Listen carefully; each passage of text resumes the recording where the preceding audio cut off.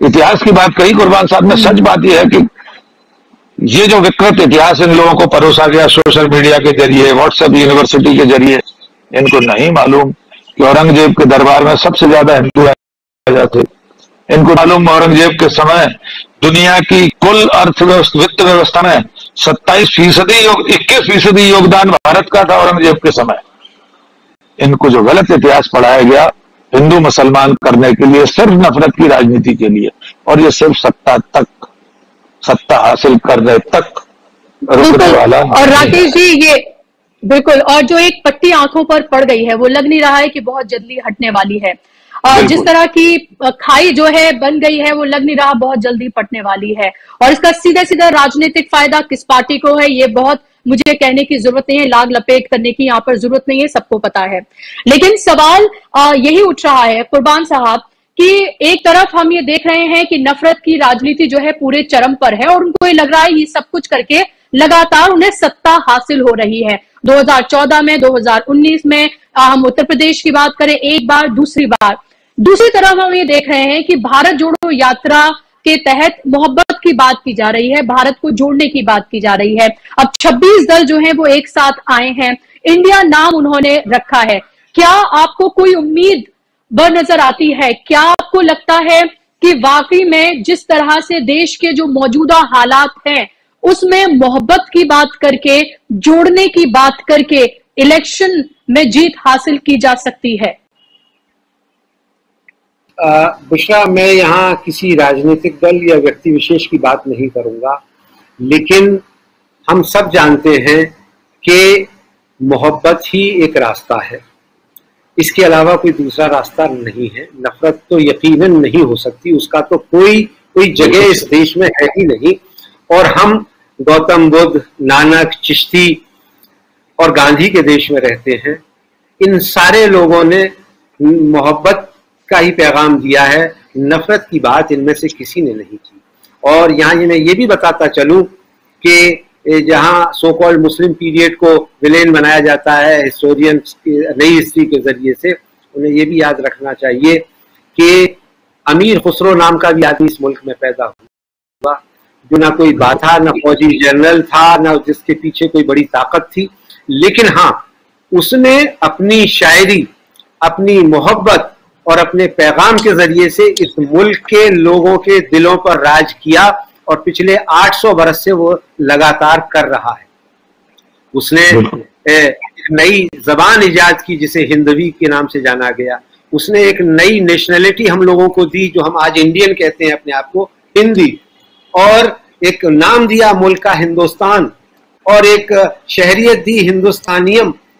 और जो शायरी उसने की फारसी, अरबी, खड़ी बोली, संस्कृत, इन सबको मिला करके एक नाम जन्म दिया, जिहाल मिस्की मकुन तगाफुल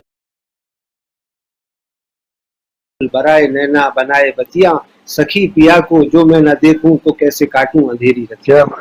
देखिए भैया, जो हमारा राष्ट्रीय आंदोलन है जिसकी शुरुआत बहादुर शाह जफर के नेतृत्व में 1857 में शुरू हुई थी, वो कट ऑफ डेट है और इस पर सारे हिस्टोरियन का कंसेंसस है। खुद हिंदुत्व का सबसे बड़ा आइडियोलॉग वीर सावरकर ने ये किताब लिखी है 1857 फर्स्ट वॉर ऑफ इंडिपेंडेंस। लिहाजा बहादुर शाह जफर इस देश के नेशनल मूवमेंट का पहला सेनापति था और आखिरी सेनापति महात्मा गांधी थे। इन 90 सालों के अंदर जो ये लिखा गया, जो आंदोलन किया गया, उसी में ये तय हो गया था कि आजाद होने के बाद ये देश कैसा होगा। पाकिस्तान बन जाने के बाद एक लाइन का रेजोल्यूशन कॉन्स्टिट्यूएंट असेंबली में लाने की जरूरत थी कि ये मुल्क हिंदू राष्ट्र होगा, लेकिन वो हमारे पुरखे जिन्होंने हमें आजादी दिलाई महात्मा गांधी के नेतृत्व में, सरदार वल्लभ भाई पटेल, राजेंद्र प्रसाद, जवाहरलाल नेहरू, मैं मौलाना आजाद का नाम नहीं ले रहा हूं उसमें, वो कोई कम हिंदू नहीं थे, लेकिन उन्होंने इस मुल्क की आवाम के साथ वायदा किया गांधी जी के नेतृत्व में कि पाकिस्तान भले ही बन गया हो, हम इस मुल्क को दूसरा पाकिस्तान नहीं बनने देंगे और ये सेक्युलर सोशलिस्ट रिपब्लिक होगा। और उसी लिए जो कांग्रेस की विचारधारा थी, राष्ट्रीय आंदोलन की विचारधारा, उसी के आधार पर डॉक्टर अंबेडकर से संविधान बनाया गया और उस संविधान में सबको बराबरी के अधिकार दिए गए। जाति, धर्म, भाषा, संप्रदाय के आधार पर कोई भेदभाव नहीं होगा, कोई डिस्क्रिमिनेशन नहीं होगा। लेकिन आज जो विचारधारा है, जो आप अपनी अगले साल कौमी वर्षगांठ मनाने जा रही है, उसके डीएनए में ही ये है, नफरत है। उसके डीएनए में एक जाति, एक धर्म, एक भाषा, एक रंग का झंडा। तो उससे ये जो हमारा गुलदस्ता है हिंदुस्तान का, जिसमें तमाम तरह के रंग बिखरे हुए हैं, भरे हुए हैं, उस पर अगर एक रंग लादा जाएगा तो फिर ये हिंदुस्तान, हमारा प्यारा हिंदुस्तान, वो उतना खूबसूरत नहीं रह जाएगा जितना पिछले 1000 सालों से ये रहता। बिल्कुल, मुझे लगता है कि अगर तमाम लोग जो हम जैसे हम ख्याल लोग हैं, वो अगर कुछ चाहते हैं तो वो सिर्फ ये चाहते हैं पीसफुल को एग्जिस्टेंस, दैट्स इट। यही वो चाहते हैं कि पीसफुली हम सब लोग जैसे पहले रहते थे उसी तरह से हमारा को एग्जिस्टेंस हो, जिसमें एक दूसरे का एहतराम, एक दूसरे की इज्जत हो, एक दूसरे के कल्चर का, मजहब का, हर चीज का ख्याल रखा जाए। लेकिन यहाँ तो एक रंग में ही सबको रंग देने का एक खुमार जो है, एक वो चढ़ा हुआ है। राकेश जी, मैं लौट के आना चाहूंगी जयपुर मुंबई एक्सप्रेस की उस घटना पर। और मैं लगातार देख रही थी तमाम टीवी चैनल्स को, और मैं सोशल मीडिया में जो लोग हैं उनको मैं पढ़ रही थी। वहां पर लगातार ये कहा गया कि दिमागी तौर पर वो शायद अनस्टेबल था। मेरा सवाल ये है कि अगर इस शख्स का नाम अगर कुछ और होता और मरने वाले किसी और धर्म के होते तो क्या तब भी इसी तरह की रीजनिंग दी जाती? दूसरा मेरा सवाल कि वाकई में अगर ये शख्स मेंटली अनस्टेबल था, इसकी काउंसलिंग चल रही थी, तो किस तरह से इसके पास वो ऑटोमेटिक राइफल थी, किस तरह से वो ड्यूटी पर तैनात था? तो क्या इसके लिए वो अफसरान जिम्मेदार नहीं है जिन्होंने उसको ड्यूटी पर रखा रहा और उसके बावजूद नतीजा हमारे सामने है कि 4 बेकसूर लोगों ने अपनी जान गंवा दी? क्या इसको आतंकी घटना नहीं कहा जाना चाहिए? जी बुशरा, मैं आपके सवाल का जवाब दूंगा। उससे पहले कुर्बान अली साहब ने हमारे हिंदुस्तान की हिंदू मुस्लिम एकता की मिसाल की बात कही। संयोग से उन्होंने सावरकर की किताब का जिक्र किया। कुर्बान साहब, इस वक्त मेरे हाथ में है ये किताब, 1857 का स्वातंत्र समर, विनायक दामोदर सावरकर। मैं इंशाल्लाह आपसे इजाजत चाहता हूं, मेरी ये किताब आने वाली है, सिंधिया और 1857। उस वजह से तमाम किताबें यहीं पास में है। यह सावरकर की किताब का प्रकरण 3 है, दिल्ली इसका शीर्षक है, और बहादुर शाह जफर का रेखा चित्र है ऊपर। ये सावरकर इसमें बहादुर शाह जफर की अगुवाई में आजादी की लड़ाई की बात कर रहे हैं और तारीफ लिख रहे हैं बहादुर शाह जफर की। लिख रहे हैं कि हिंदू मुसलमान एक होकर बहादुर शाह की अगुवाई में लड़ाई लड़ रहे हैं। ये सिर्फ चलते चलते चूंकि आपने हवाला दिया था उसका। अब बुशरा, आपके सवाल के जवाब पर आता हूं। मैंने कल रात को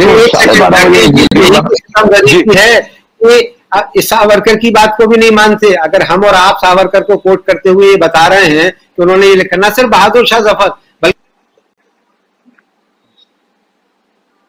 आपकी आवाज चली, आवाज गई जी आपके पास। जी, मैंने कहा कि मैं सिर्फ 1 सेकंड के लिए आपको कि ये लोग तो बात को भी नहीं मान रहे, हम और आप कोट कर रहे हैं उनको।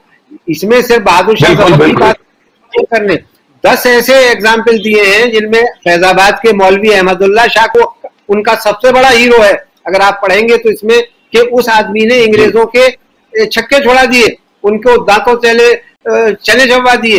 तो अब दिक्कत यही है कि भाई हम इतना खूबसूरत, पूरी दुनिया हमारे इस मुल्क का लोहा मानती है, तारीफ करती है कि देखिए असंभव है ऐसा मुल्क होना कि कश्मीर से कन्याकुमारी और कच्छ से कोहिमा तक इतने तरह के धर्म, इतनी तरह की भाषाएं, इतने तरह की जातियां, और ये लोग हजारों साल से एक साथ रहते आ रहे हैं।